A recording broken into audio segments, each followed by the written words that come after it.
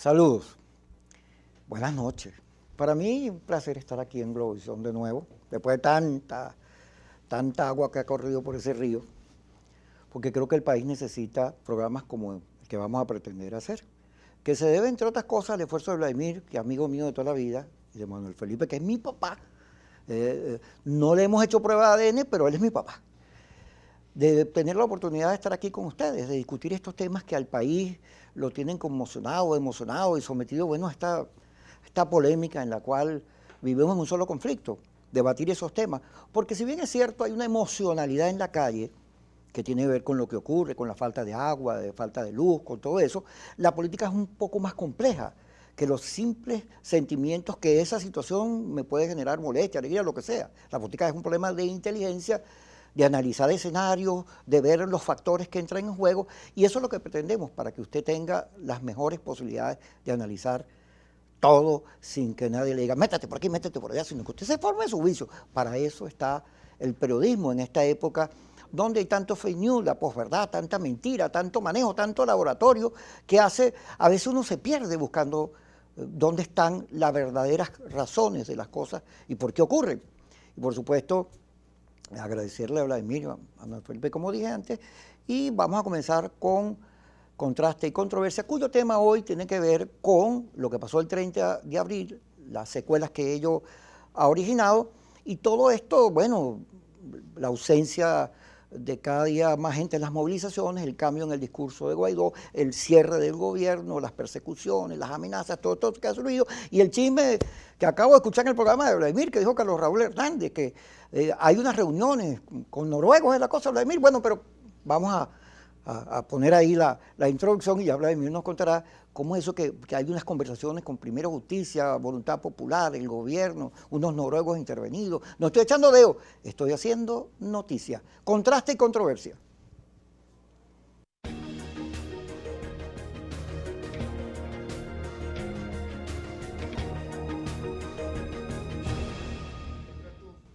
Bueno, y quiero, antes de entrar en materia, darle la bienvenida a Francisco Kiko Bautista a su casa, a Globovisión. La Junta Directiva del canal me ha pedido pues que oficialmente le demos la más cordial bienvenida a Kiko Bautista, Francisco Bautista, a su casa. Fue el primero que se fue y es el primero en volver, el primero que se fue y el primero en volver de aquel mar tormentoso que se vivió en aquel momento, ¿no? Pero bueno, así son las cosas. La vida da vuelta. La vida da vuelta, ¿eh? Así es, bienvenido Kiko, y bueno, también un placer compartir con Manuel Felipe. Bueno, ¿no? encantado, ¿no? Siempre, bueno, y de recibir acá a Kiko. Kiko dice que yo soy su padre. Di la verdad. Sí, bueno, no tanto como su padre, pero hemos compartido experiencias y trabajos desde hace mucho tiempo. Cuando Kiko estaba dedicado a la pintura, y Kiko, tú sabes, era de esos jóvenes iconoclastas, ¿qué dicen? No, muchachos, bueno, estaba en esa onda de los jóvenes pintores rebeldes de esa época, y tuvimos oportunidad de trabajar en varias revistas. Así es, pero bueno, entremos un poco en materia, Kiko, introduce el debate, pues ya tú lo dijiste, bueno, y vamos fíjate. a entrar, por ejemplo, lo que tú me preguntabas sobre Carlos Raúl, no lo dije yo, el lo señor dijo Carlos Carlos Raúl Raúl Hernández en mi programa de radio ha dicho que hay conversaciones entre dirigentes o gente muy allegada a Voluntad Popular y a Primera Justicia con gente de un país nórdico. Yo no dije qué país. Cuando le pregunté sobre los nombres de esos dirigentes que estarían conversando con el gobierno, ¿verdad?, para llegar a acuerdos, Carlos Raúl, como lo dije en mi tweet, se hizo el noruego. Simplemente dije eso. Así es. Bueno, esto es precisamente quizás una derivación del 30 de abril. Puede ser, ¿verdad?, de ser cierta esa versión. Bueno, es decir, el 30 de abril abrió las puertas hacia una nueva situación, o estamos ante la insistencia en una estrategia que puede ser fracasada, ¿o no? Pero tú sabes que eso de la gestión, si no negociadora, al menos la colaboración que pueden prestar los países nórdicos, es tradición mucho, ¿no?, en este tipo de conflictos y en los procesos de mediación, porque siempre los países nórdicos se consideran al margen, ¿no?, de la confrontación geopolítica, ¿no?, mundial, y siempre son, digamos, un escenario para la reflexión, para contribuir a bajar las tensiones, ¿no? Entonces, eso debe ser, ¿no?, seguramente es cierto. Y además, no solo eso, sino que ha habido, todos sabemos, también reuniones de otro tipo. En el caso, por ejemplo, en Estados Unidos, con parlamentarios muy importantes, muy cercanos al presidente Trump. Y bueno, siempre en la política, una cosa es lo que se dice, lo que es público, ¿no? Y otra cosa, en estas situaciones también está esa línea de contacto, que no significan acuerdos. Yo creo que una de las cosas importantes de destacar es que la política es conversación, ¿no? Y es diálogo. No necesariamente esas conversaciones conducen a acuerdos, ni significan que concesiones, ¿no?, de las partes, sino que simplemente es una actitud humana, natural, y que bueno, la gente quiere colaborar, claro, quiere colaborar. Son exploraciones que son necesarias también en un momento como este, pero fíjate, Kiko, me gustaría que nos metiéramos por el tema de las consecuencias, las derivaciones del 30 de abril. Por un lado, bueno, vimos la comunicación que envió Carlos Vecchio, el representante de Guaidó en Washington, planteando, bueno, al Comando Sur que está abierta la puerta de la cooperación para superar la actual situación política y sustituir al gobierno por las vías que ellos conocerán, ¿no? Ese es un punto importante. El otro punto importante es esta otra versión que surge de que hay un entendimiento, es decir, se mantienen todavía planteamientos quizás a dos aguas, políticas a dos aguas. Por un lado, la posibilidad de conversar, pero por la otra, la llamada amenaza creíble. ¿Es hoy la intervención una amenaza creíble? Tema para la discusión. Bueno, fíjate, yo veo una paradoja. El 30 de abril, Guaidó y Leopoldo se tiran esta iniciativa ahí en el puente. Si uno veía bien a Leopoldo estaba como esperando algo, estaba pero pendiente de que algo iba a ocurrir y no ocurrió. Guaidó estaba mucho más en otra cosa. Esa primera fotografía primero generó, la aparición de Leopoldo ahí. Se dice que había sectores comprometidos, que sí, efectivamente había una conspiración, pero que cuando vieron a Leopoldo ahí dijeron, no. Porque el presidente Maduro, Diosdado y todos ellos han venido diciendo que ellos podrían, como no, llegar a una negociación de alternabilidad y entregar el poder, pero nunca a voluntad popular. Porque consideran que voluntad popular es como el enemigo, el que les ha planteado los conflictos durante todos estos años. Ahora, ese evento fracasa ese día, lo dice el propio Guaidó en el Washington Post, en una entrevista que le hacen. Y en el resto del mundo, no solo en Venezuela, sino en todos lados, se habla de que, bueno, ¿qué es esto? Y empiezan a prenderse unas alarmas, sobre todo en los Estados Unidos, donde aparece Bolton ese mismo día diciendo, bueno, sí, es que aquí estaba comprometido el presidente del tribunal, el presidente de la asamblea, Padrino y el jefe del SEBIN. Entonces se vende como una gran conspiración. Oye, valía la pena hacer lo que se estaba planteando, pero a medida que van contando todos los implicados, comienza a aparecer también una respuesta del gobierno, porque el gobierno también juega. Dice, tú me querías tumbar, me vas a un golpe y empieza a meterlo preso. Y se endurece. Y se habla de que Diosdado agarra fuerza, que el discurso de que no debe haber impunidad, de que la falta de respeto permanente de la oposición, de no reconocerlo, que eso tiene que tener un parado ya. Entonces comienza la persecución, entonces cambia el cuadro. Y frente a la persecución y la represión, aparece Guaidó subiéndole el volumen a la intervención, lo hace en la Plaza Las Mercedes, al lado de una bandera americana, y le da la orden a Carlos Vecchio. Y ahí comienza también un registro. Oye, no había tanta gente, ¿qué pasó? Que cuando fueron a entregarle la carta a los militares, no había la gente que había secundado todas las manifestaciones de Guaidó. Algo está ocurriendo aquí. Pero la aparición de la carta de Vecchio al Comando Sur genera, uno revisa las redes, los chats, en todo el mundo, la Unión Europea. Fíjate, la Unión Europea iba a mandar una comisión técnica, ahora va a mandar una comisión de alto nivel. Bueno, porque la cosa se encendió. Entonces pareciera, si uno le mete la lupa y dice, bueno, una cosa va generando la otra. Ahora el tema de la negociación, el subirle, a mí me preocupa, y te lo dejo, vamos a hacerlo a Manuel Felipe, que te metas en una dinámica que, ok, vamos a subirle presión al asunto, candela, pero después puedes caer en una dinámica donde no haya otro destino que caerte a plomo. Eso me preocupa, sobre todo porque en Venezuela las encuestas están reflejando que a la gente no le gusta eso, y por eso la ausencia o la disminución en las manifestaciones de Guaidó de gente. Claro, yo creo que ahí está, digamos, una disputa retórica con el tema de la intervención, ¿no? Y yo creo que en general es muy difícil que una persona asuma, salvo una situación emocional extrema, como dices tú, la necesidad de una intervención a tu país, ¿sí? Más allá de las razones que invoque. No solo porque no quisieras la intervención, sino por el costo que la intervención tiene.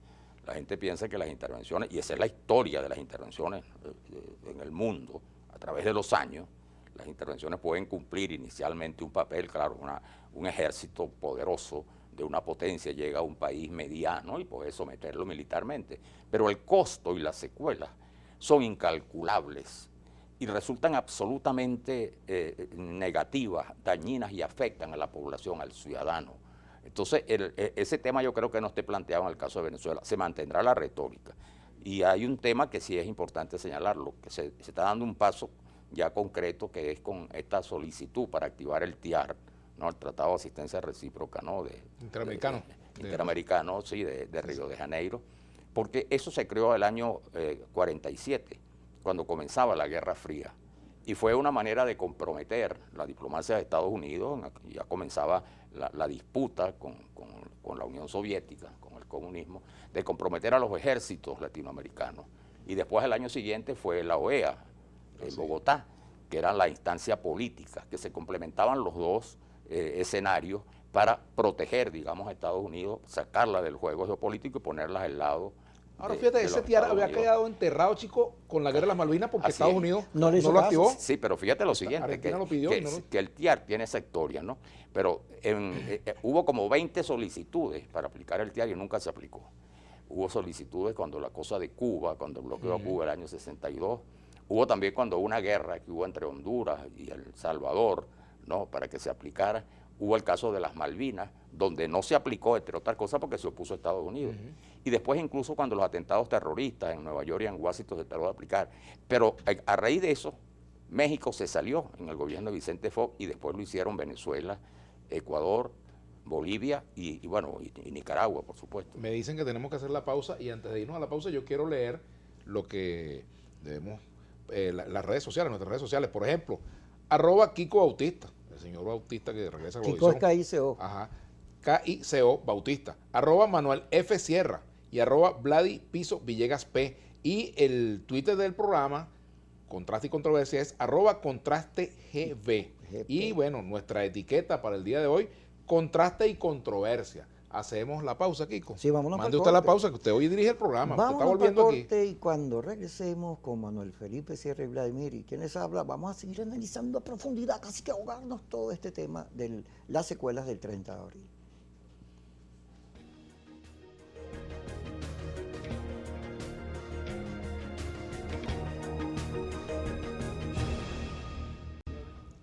Bueno, y continuamos acá en Contraste y Controversia con Manuel Felipe Sierra, Kiko Bautista, analizando las consecuencias del 30 de abril. Bueno, hay algunas consecuencias para el gobierno. Mostró fisuras internas también, mostró, digamos, el nivel de preocupación que genera en el gobierno los problemas de gobernabilidad en Venezuela. O sea, la situación en Venezuela no es una situación de coser y cantar, es una situación de en medio de una grave crisis.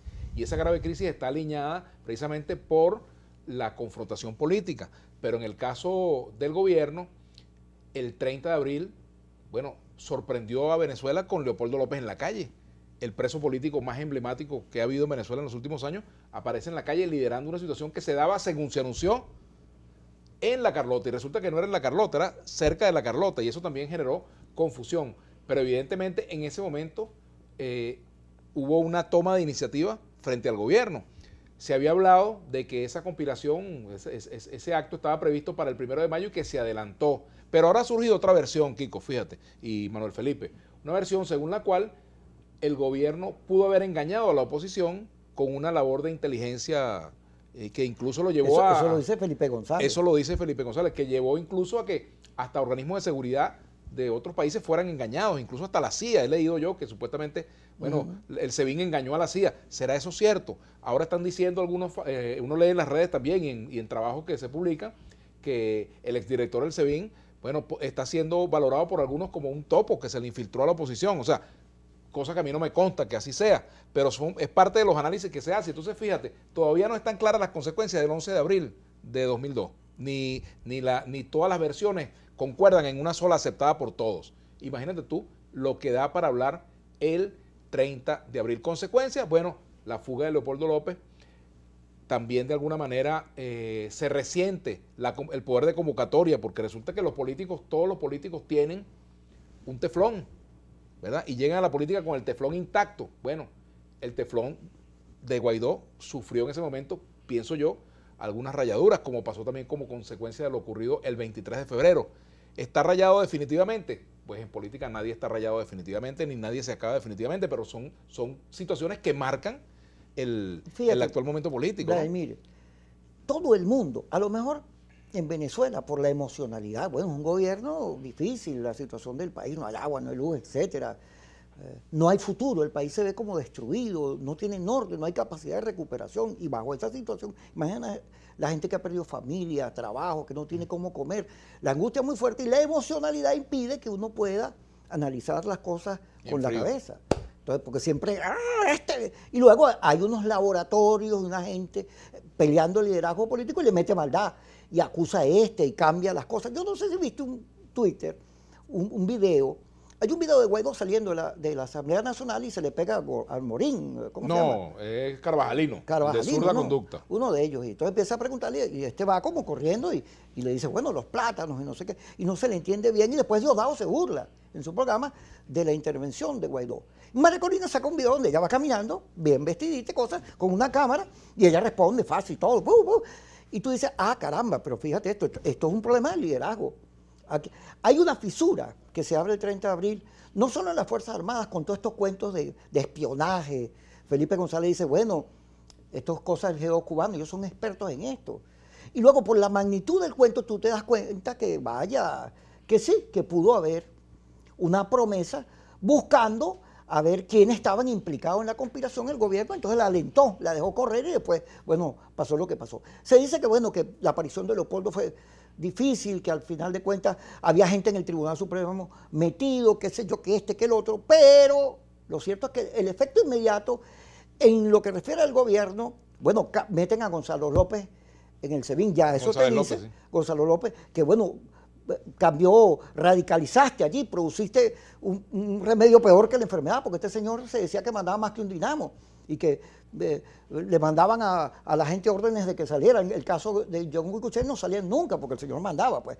Bueno, y luego, bueno, el cambio en el FAES, que meten un señor de un colectivo que parece que es muy maluco, yo no sé. Lo cierto es que el gobierno actúa, empieza a mover piezas. La desconfianza reina ahí, pero en el caso de la oposición de Guaidó, algo ocurre con él. ¿Por qué? Bueno, porque él llama a que vayan a los cuarteles, no le van.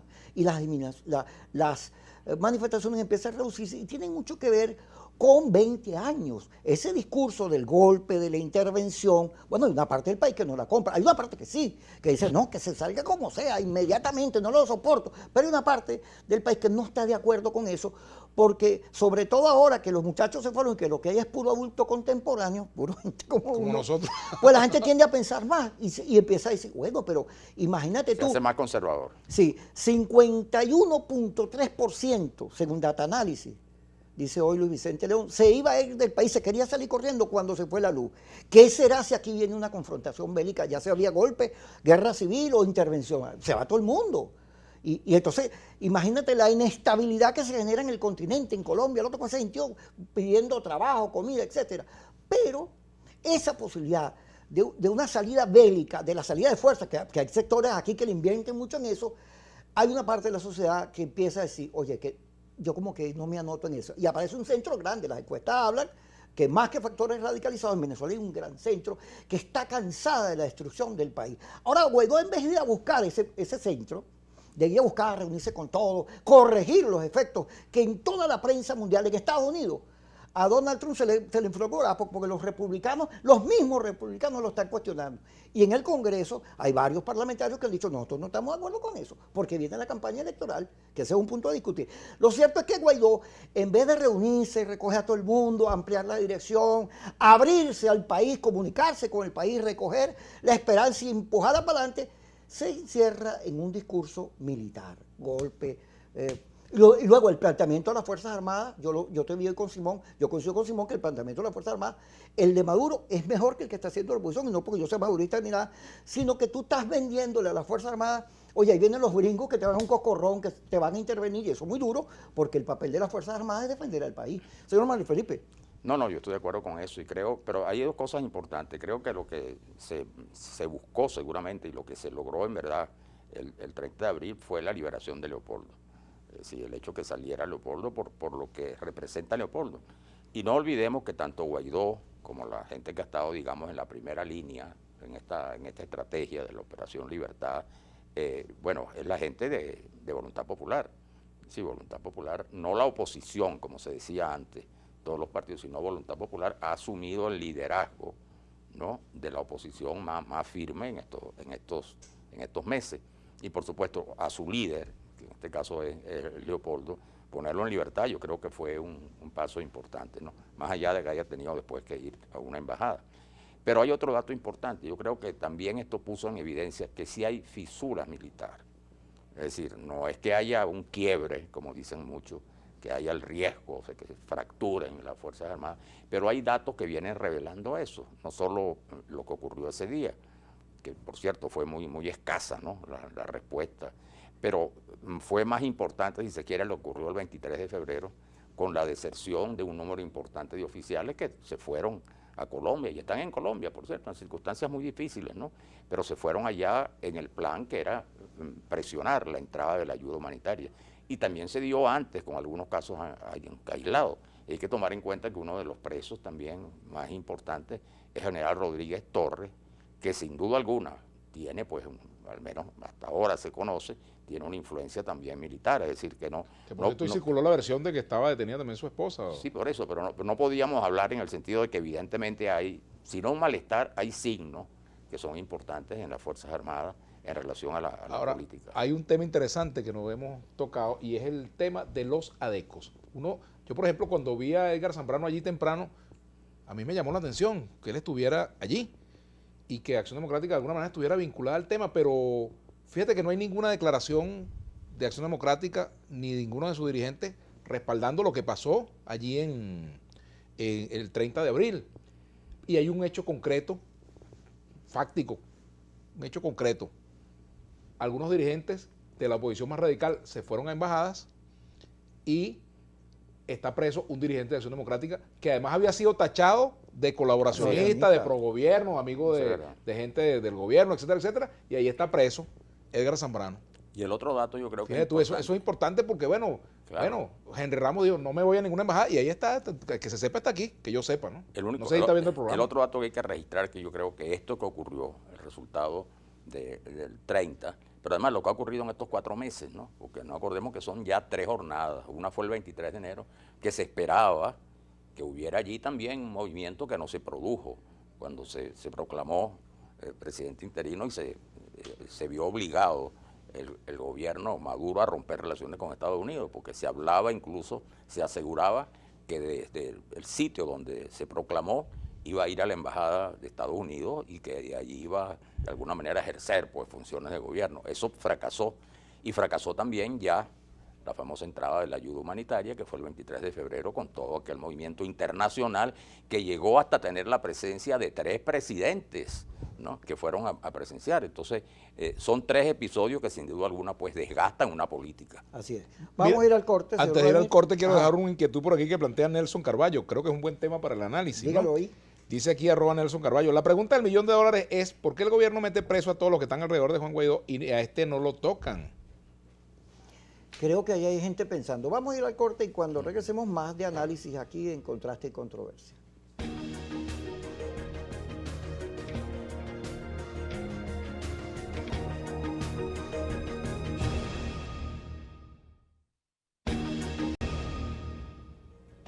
Señalaba al señor Vladimir que a él le llamaba la atención de Acción Democrática, quien apareció ahí en el puente, y uno dice, sorpresivo, porque no apareció, digamos, la dirección de Primera Justicia. No. Pusieron un señor parecido a Capriles, pero no era Capriles, más bien Capriles ha sido muy cuidadoso en sus intervenciones, aun cuando PJ está claro en sus definiciones frente a todo lo que ha ocurrido. Ahora, yo insisto, fíjate, Vladimir, en el tema militar, porque después del 11 de abril, Chávez intervino en las Fuerzas Armadas, dio clase en la Academia Militar, y cambió los mandos, y cambió la consigna, hizo de todo. Bueno, porque se dio cuenta que por ahí era. Y el que era militar conocía las Fuerzas Armadas y se blindó. Entonces, claro, ¿qué se llama blindar? Bueno, las Fuerzas Armadas manejan comida, carros, tienen tarjeta de crédito, banco, canal, ahí todo el mundo está como atendido, hay una política, sobre todo un discurso de la patria, de la defensa frente al imperialismo, de lo nacional, de la autonomía, ese discurso está ahí. Eso de todo el mundo es discutible Sí. porque se Bueno, dicen muchas cosas. Entonces, ¿qué ocurre? Que el discurso de la oposición primero se hace desde afuera. Hay una ley de amnistía que es como Maduro dice, no, pero ahí te están culpando, te están perdonando y te están diciendo delincuente. Que se ve que no es lo suficientemente atractiva la Fuerza Armada porque no está hecho desde la visión militar, sino que está hecho desde el discurso político. Pero además, cuando ocurren estos episodios, bueno, resulta que tú llamas a la Fuerza Armada a salir y después nada menos y nada más que invocas que venga una potencia extranjera a caerle encima. Que va a combatir con Sí, esa fuerza. a caerse a tiro con él. Hay un problema ahí de historia que Manuel Felipe señalaba. Bueno, es que América Latina no es un problema de los comunistas, de Maduro. América Latina ha sido anticolonial, desde Benito Juárez hasta las Malvinas, pasando por Bolívar, el gran liberador ¿de qué? Del Imperio Español. Entonces, hay un discurso ahí como que le falta entender que a los militares hay que hablarles sobre el país y cómo se reconstruye, más desde el optimismo, desde su profesionalidad y desde lo civil, la necesidad de restituir la democracia para que entonces podamos debatir y resolver los asuntos sin tener que caernos a tiro.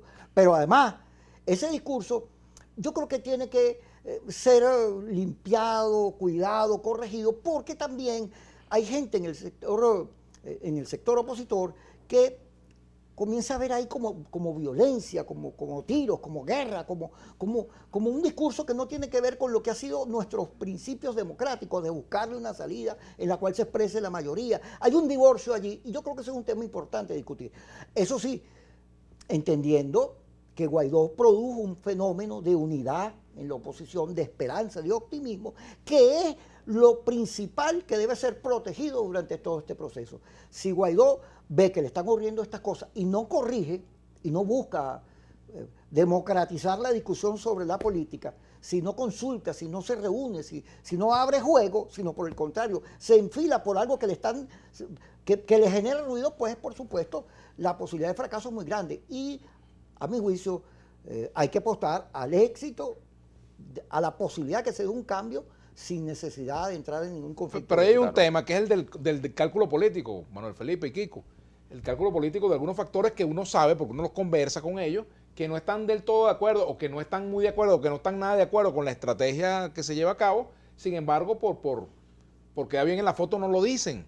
Y este es un momento en el cual efectivamente esa discusión debería darse, porque el problema no es que es un asunto interno de Voluntad Popular o del G2 o el G4 o de AD y Voluntad Popular y PJ. Es un problema de los venezolanos, porque lo que se está decidiendo ahí es la suerte de cada uno de nosotros, ¿verdad? Es como cuando el gobierno toma decisiones en consulta, por ejemplo. El gobierno decide convocar una constituyente entre ellos, por ejemplo, o el gobierno decide hacer una consulta para las correcciones del rumbo, no sé qué cosa, entre ellos. Y los venezolanos quedan en el medio, pues como pajarito en autopista, sin tener ninguna incidencia pues en las decisiones. Entonces uno se pregunta, bueno, si hay dirigentes que no están de acuerdo, ¿qué pasa? ¿Por qué no lo dicen? ¿Por qué no dan ese debate? Sí. ¿Por qué hay esa especie de chantaje o de autochantaje de no decir lo que se cree para no generar aquello que llaman lo políticamente incorrecto? Tendencia que se ha acentuado ahora con el manejo de las redes sociales, ¿no? Entonces, muchos dirigentes políticos son prisioneros, digamos, el temor, ¿no? A ser, tú sabes, víctimas, ¿no? De esas ofensivas brutales de las redes sociales. Pero Kiko señalaba, y es un dato importante, que es la naturaleza de las Fuerzas Armadas venezolanas. Las Fuerzas Armadas venezolanas son militares y todo, pero se diferencian de las Fuerzas Armadas hemisféricas, que nacieron y fueron concebidas a partir del TIAR, que hay una frase que se le atribuye a Truman, que decía, en América Latina los ejércitos deben ser soldados latinoamericanos y generales norteamericanos. Entonces, eso explicó mucho la onda de los golpes de Estado que eran dirigidos desde Washington, ¿no? Y de la formación militar. En Venezuela, por lo que tú señalabas y por la formación de Chávez, se reconvirtió la Fuerza Armada. Y esta Fuerza Armada no tiene nada que ver con los valores, con los paradigmas de las Fuerzas Armadas hemisféricas de otros países.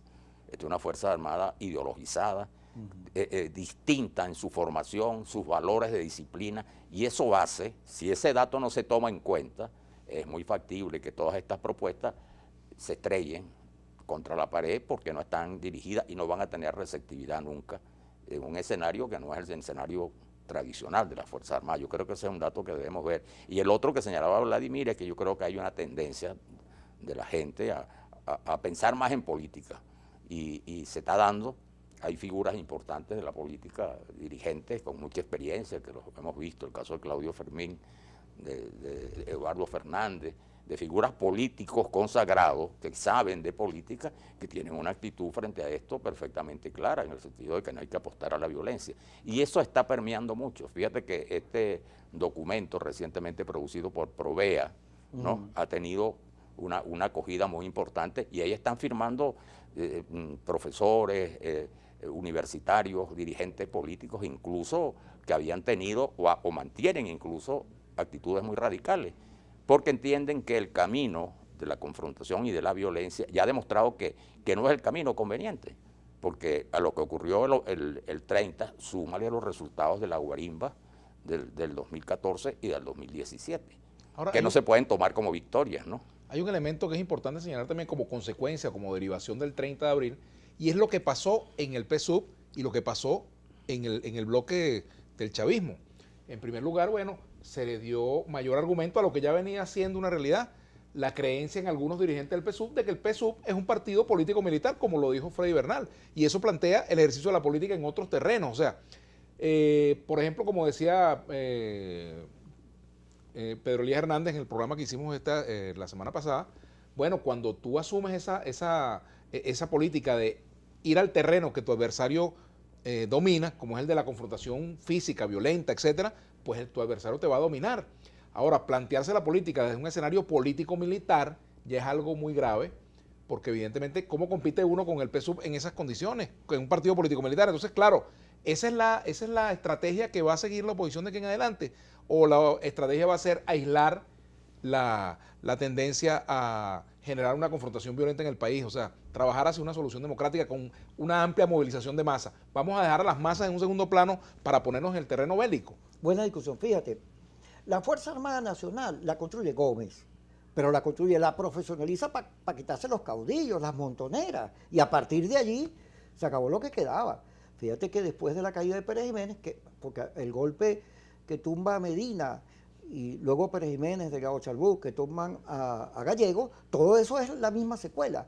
Pero después de la caída de la dictadura, numerosos intentos de sacar al gobierno por la vía de las armas se han dado en Venezuela y no se han logrado, porque tú no puedes con ejércitos civiles, con piedritas, escuditos o con pistolitas, tumbar un ejército que maneja Sukhoi, aviones, que es profesional. Ahí hay una equivocación en la formulación de las salidas de fuerza, pero eso lo vamos a hablar cuando regresemos. Y aquí están nuestras redes. Vladimir lea nuestros twitteres y las cosas que está diciendo. @ Kiko Bautista, @ Manuel F. Sierra, @ Pladi Piso Villegas P. También nuestras redes sociales, nuestro Twitter, @ContrasteGB, y nuestra etiqueta para el día de hoy, Contraste y Controversia. Hacemos la pausa y ya venimos. Pausa. La pausa controversia. La menopausia.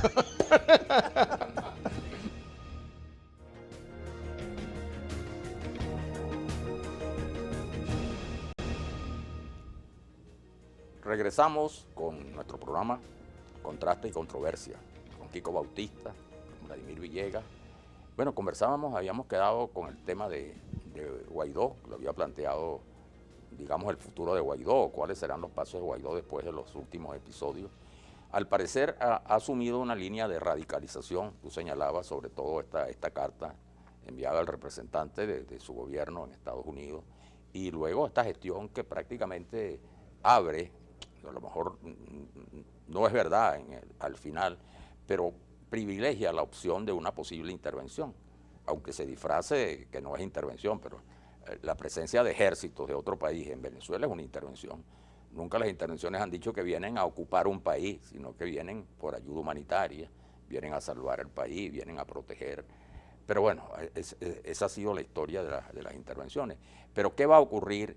Y ya hemos visto que estas líneas, digamos, de confrontación radical, más allá de que a mucha gente le guste y las comparta, y sobre todo en el cuadro de Venezuela, donde efectivamente esta no es una crisis política como en otros momentos.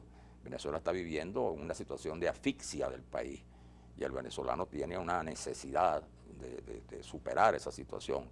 Es un problema de sobrevivencia, ¿no? Para el venezolano en los grandes problemas cotidianos que tiene.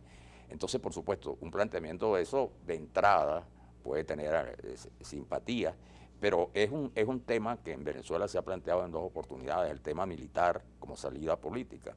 Fíjate, por ejemplo, que cuando cae Gallegos y comienza la dictadura, primero de los militares de Delgado Charbó y Suárez Flamerich y Pérez Jiménez, Acción Democrática adopta la línea de la resistencia, de la rebelión civil con militares, y tenía apoyo militar. Eso permite que se registren episodios de alzamientos militares importantes, ¿no? El caso de Turén, el caso de Maturín, el caso, en Caracas, en Villazoila, allí en El Paraíso, con militares. Esa línea fracasa y se impone finalmente la línea, digamos, cívica de la lucha política encabezada por Jovito Villalba, que resulta victoriosa, porque es la que derrota a Pérez Jiménez en las elecciones de la constituyente del año 52. Y Acción Democrática, Rómulo Betancourt en el exilio, admite haberse equivocado y dice que tenía razón la línea de Jovito Villalba. Y después el 63, no hay que recordar ya más recientemente, cuando la izquierda está, el partido, no la izquierda, el Partido Comunista y el MIR, claro, pero están en la línea subversiva, se planifica la toma de Caracas, que iba a ser una operación muy grande y se buscan recursos, incluso de Cuba llegaron armas a la península de Paraguaná y se dijo que se iba a tomar a Caracas y había recursos militares y se concentraron, incluso jefes guerrilleros se concentraron en Caracas para ese día y ese día no ocurrió absolutamente nada y la votación fue mayoritaria, fue impresionante la votación y ahí los caraqueños escogieron el camino del Pacífico a la democracia y se eligió a Raúl Leoni en medio de aquel contexto. Ya vamos a seguir, pero fíjate, una cosa que me preocupa, que también cuando uno analiza todo este cuadro, hay que meterle lupa al gobierno. Así es. Porque el gobierno está entrampado y está destinado tarde o temprano a desalojar Miraflores, porque el país se volvió inviable. No hay manera. Maduro puede ganar con el respaldo del ejército y de la Fuerza Armada la pelea esta. Sobre todo si Guaidó se mete por ahí, por la confrontación, la gana. Pero ¿qué ocurre? No hay salida. No hay cómo revitalizar la industria, el comercio, volver al país productivo, conseguir las sendas del progreso. No hay manera. Porque siguen las sanciones, sigue la confrontación, sigue toda esta cosa que nos ha envuelto durante 20 años y no hay ninguna rectificación. Ya en sectores del oficialismo hay gente que piensa así, dice, no, aquí hay que buscar una salida de esto. Sobre todo, Maduro no puede culpar sencillamente a la intervención extranjera, al imperialismo, al saboteo, a los lacayos, a los traidores, de todo lo que han sido errores tras errores en la conducción de la política económica, en el manejo del Estado. Ese Estado lleno de industria, de empresas, de cosas, cuando esa no es su función, que lo que ha terminado es por quebrar al país, por no darle salida, no se hicieron las inversiones, además una enorme corruptela. En el caso de la electricidad, no hubo mantenimiento. Entonces ahí hay unos debates que el PSUV, los socialistas del siglo XXI tienen que dar, como los dieron los nicaragüenses cuando los derrotó la Chamorro, que se dieron cuenta que habían cometido muchos errores en la manera en que cercaron el proceso revolucionario y en vez de socialismo significar esperanza para la gente, significó dictadura. Y yo creo que en Venezuela esta versión autoritaria que se afianza en la persecución a los diputados, en las cárceles, la amenaza, en las pintas que le pusieron a los diputados en su casa, toda esta cosa horrible. Bueno, yo vi en el Mazo Dando Diosdado hablando, decía, bueno, si a nosotros nos fregan, nosotros los fregamos a ellos. Todo este alimento que termina siendo como que no hubiera salida, bueno, es una camisa de fuerza para ellos también que tienen que discutir. Fíjate, a propósito de eso, si el gobierno descansa en que los errores de la oposición le van a dar gobernabilidad, eso sería otro error que estaría cometiendo. Y entonces es allí donde se plantean los otros dilemas para los factores y para quienes están en el gobierno. Bueno, ¿cómo hacemos para que Venezuela tenga una solución y cómo hacemos para que esa solución pase, en primer lugar, por preservar al PSUV como fuerza política, que es otra de las inquietudes? Bueno, a una situación en la cual se haga una consulta popular, por ejemplo, pero que se garantice la participación del PSUV, que se garantice, por supuesto, también la integración de un Consejo Nacional Electoral equilibrado, que se pueda tener, ¿verdad? Que se garantice también cómo va a ser la conducción de la Fuerza Armada y de los otros factores de poder que están en la sociedad venezolana. Porque, ¿qué ocurre? También, Kiko, el gobierno se pone en el escenario de que lo quieran aniquilar y buscará defenderse como pueda. Si el gobierno siente que la oposición perdió capacidad de convocatoria, bueno, va a ir a cobrar la factura completa. Es decir, ¿a qué me refiero? Bueno, a terminar de liquidar la funcionabilidad de la Asamblea Nacional, por Métete ejemplo. con lo de Guaidó. ¿Por qué ¿Ah? no meten preso a Guaidó? Bueno, mira, yo creo que si meten preso a Guaidó, el país se les incendia, creo yo todavía. A pesar de los errores que se cometieron, que cometió la oposición el 30 de abril y otros errores, bueno, creo que todavía Guaidó tiene todavía una expectativa importante y un respaldo popular importante. Y evidentemente, meter preso a Guaidó hoy tendría un costo político mucho más elevado que meterlo preso de repente dentro de un mes o 2 meses si la situación sigue como va. Si se mantiene esa estrategia de la oposición, ¿qué puede pasar con Guaidó? Que termine aislado, debilitado y mañana pues puede terminar incluso detenido y sin mayores repercusiones. Eso puede ocurrir, pero eso depende también de la política que de aquí en adelante lleve a cabo la Asamblea Nacional, porque también decía Pedro Elías algo muy importante, que es que aquí, por ejemplo, bueno, las instituciones han perdido su sentido. Hay un problema de desinstitucionalización. El gobierno utiliza sus instituciones como si fueran instrumentos del partido y también la oposición, bueno, utiliza la Asamblea, maneja la Asamblea como un partido político. Es decir, aquí se ha perdido el sentido de institución y eso es fundamental en una sociedad que quiere rescatar sus valores democráticos, rescatar la institucionalidad. Esa es parte de la tarea que vendrá, por supuesto, en algún momento. Pero ¿cómo hacer para que vayamos a un proceso en el cual el presidente Maduro, por ejemplo, acepte que pueda haber una consulta popular, que se haga una consulta y que esa consulta derive precisamente en una solución política al conflicto? Que se le pregunte a los venezolanos sencillamente qué es lo que queremos hacer en Venezuela. Y eso parece que lo están ignorando tanto el gobierno como la oposición. Es decir, el venezolano es espectador, pero no está siendo consultado realmente. Claro, y resulta que ese es el camino, siempre ha sido el camino. Vamos a ir al corte, Manuel Felipe, y ya regresamos. Para mí, lee ahí, tú qué. Arroba Kiko Bautista, arroba Manuel F. Sierra, arroba Vladi Piso Villegas P, arroba Contraste GB y Contraste y Controversia. Vamos a la pausa. Ya regresamos.